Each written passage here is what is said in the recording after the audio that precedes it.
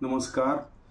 284 शिराळा विधानसभा मतदारसंघाचे अधिकृत उमेदवार माननीय सत्यजित शिवाजीराव देशमुख साहेब यांच्या प्रचारार्थ सर्व बंधू भगिनींना या व्हिडिओद्वारे सांगण्यात येते की आज मी हा व्हिडिओ बनवतोय. याचं कारण एकच आहे की पूर्णपणे आता सत्तूभाऊ यांचा पूर्णपणे मतदारसंघात प्रचार अगदी जोमानं चाललेला आहे, केलेला आहे. त्यामुळे ते निवडून येणार हे फिक्स आहे.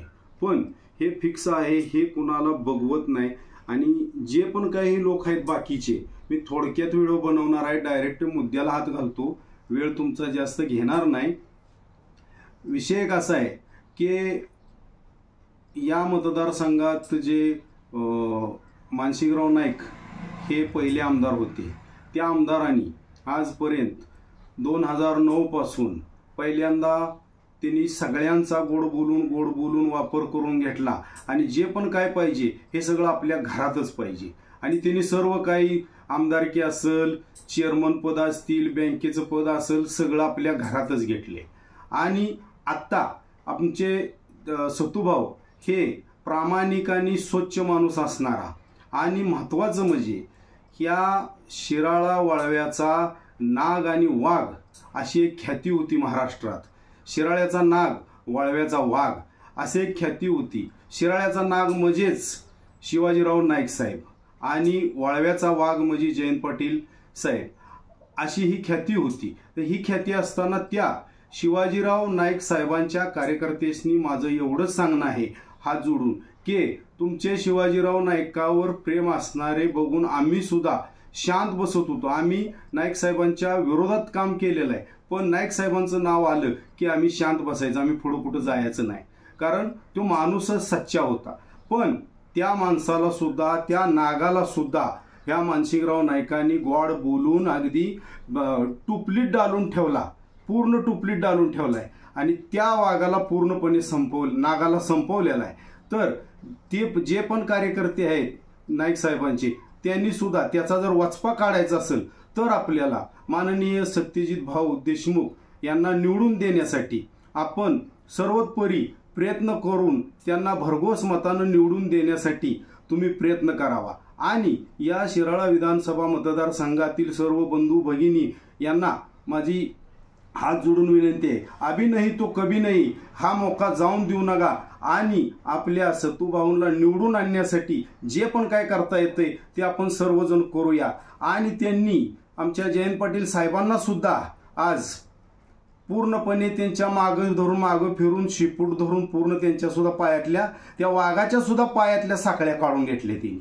आणि तो वाघ सुद्धा आज आम्हाला एक परवाचं भाषण झालं आमच्या गावात जयंत पाटील साहेबांचं, तिथं मला अतिशय म्हणजे एक अशी वेदना असं वाटलं की जयंत पाटील हा माणूस महाराष्ट्राचं नेतृत्व करतो, पण त्या माणसाला ह्या मानसिंगराव नाईकानं पेठ गावात येऊन माफी मागायला लावली. मग जर का जयंत पाटील साहेब माफी मागत असतील तर असं काय ह्या मानसिंगराव नाईकानं त्यांना दाखवलंय हेच आमच्या लक्षात येणं झाले. साहेब एवढे का फिदा झालेत त्याच्यावर, असं काय आहे? ह्या माणसाचा दबदबा एवढा आहे, पाय ठेवल तिथं पाणी काढणारा माणूस हो. तो माणूस जर माफी मागत असेल, थोडंसं मला खंत वाटली की साहेबांनी असं बोलायला नाही पाहिजे होतं. तर आणि साहेबांनी मानसिंगराव नाईकांना एवढं दिलं की त्यांच्या 100 पिढ्या बसून खातील, एवढं दिलं त्यांना. मग आमच्या सत्तूभाऊ हे त्यांचे सख्खे साडू आहेत, मग हे पाहुणे आहेत. आज आम्ही जर जनतेतनं ऐकायला गेलो तर सगळे कळतंय की जयंत पाटील साहेब हे पाहुण्यापैंचं राजकारण करतात, पाहुणेपै सगळे मोठे करतात. मग सत्तूभाऊ हे आपलं पाहुणा नव्ह का? त्याच्यासाठी तुम्ही काहीतरी करा ना, काहीतरी करा. म्हणजे आम्ही तुम्हाला फिरा म्हणत नाही, फक्त तुम्ही गप बसा, कुणालाही फोन करू नका. सत्तूभाऊंचा विजय हो 1000% पक्का आहे, हे सगळ्यांनी लक्षात ठेवावं. आणि साहेबांना माझी विनंती आहे, आमचं काय तुमच्याबद्दल जर का चुकीचं वाक्य असेल तर आम्हाला माफ करा, पण तुमच्यावर आमचं प्रेम होतं आणि त्या प्रेमापोटी तुम्ही माफी मागितली ही मला काही सहन झालं नाही, म्हणून मी हा व्हिडिओ बनवतोय. आणि या पेठ गावातील आमच्या पेठ गावातील आमच्या जी नेते मंडळी आहे, पूर्णपणे सगळी नेते मंडळी आहे, नेते मंडळीने एक आमच्यावर एक असा अन्याय केलाय आता की तो मला दिसून आला. म्हणून आम्ही आजपर्यंत मी असल किंवा मोहनराव मदने असतील आमच्या रामोशी समाजातले, तर आम्ही गावच्या राजकारणात रामोसवाडी जर सोडली तर आम्ही गावच्या राजकारणात शिराळा रोडच्या पलीकडे आम्ही हस्तक्षेप कधीच केला नाही, कधीही केला नाही. पण तिने एक आज अशी लाजीरवाणी गोष्ट केली की आम्ही 2 रामोशी इतकं कट्टर वाघासारखा असताना सुद्धा आमच्या विरोधात एक मॉड हत्यार म्हणून ती आमच्या समाजाचा एक जुना नेता होता, त्यानं आमचा रामोशी समाज 25 वर्ष पाठीमागे नेला.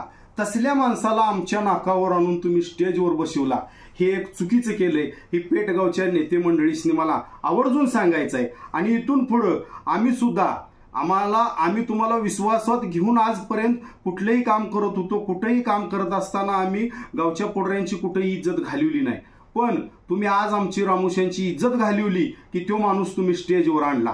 तो पण मॉड हत्यार आहे, आमचं काही करू शकत नाही, आम्हाला त्याच्यात फरक पडत नाही. पण त्याला आणलं, हे तुमच्या सगळ्यांचं कुठं ना कुठं थोडंसं चुकलेलं आहे, हे तुम्ही लक्षात ठेवावं. आणि आम्हाला येणाऱ्या इथून पुढच्या हे तर राजकारण आम्ही जिंकूच, हे इलेक्शन जिंकूच, सतुभाऊला निवडून आणणारच, त्याची गॅरंटी आम्हाला पूर्णपणे आहे. पण इथून पुढच्या राजकारणात आम्ही गावात सुद्धा तुमच्यात हस्तक्षेप करणार आहे, हे हात जोडून सांगतो.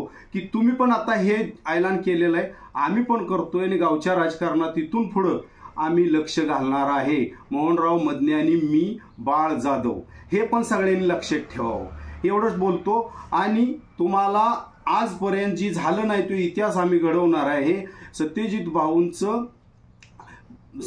भाऊंना आपल्याला निवडून द्यायचं आहे. त्यांचं कमळाचं चिन्ह आहे, त्या चिन्हाच्या समोरील बटन दाबून सर्व महाराष्ट्रात शिराळा विधानसभा मतदारसंघातील सगळ्या मतदार बंधू भगिनींनी आम्हाला सहकार्य करावं, कमळाच्या पुढचं बटन दाबावं, माझ्या सतुभाऊला 1 नंबर मतानं निवडून द्यावं, हीच माझी अपेक्षा आहे. एवढीच विनंती करतो आणि थांबतो. जय हिंद, जय महाराष्ट्र, जय उमाजी, जय बहिर्जी.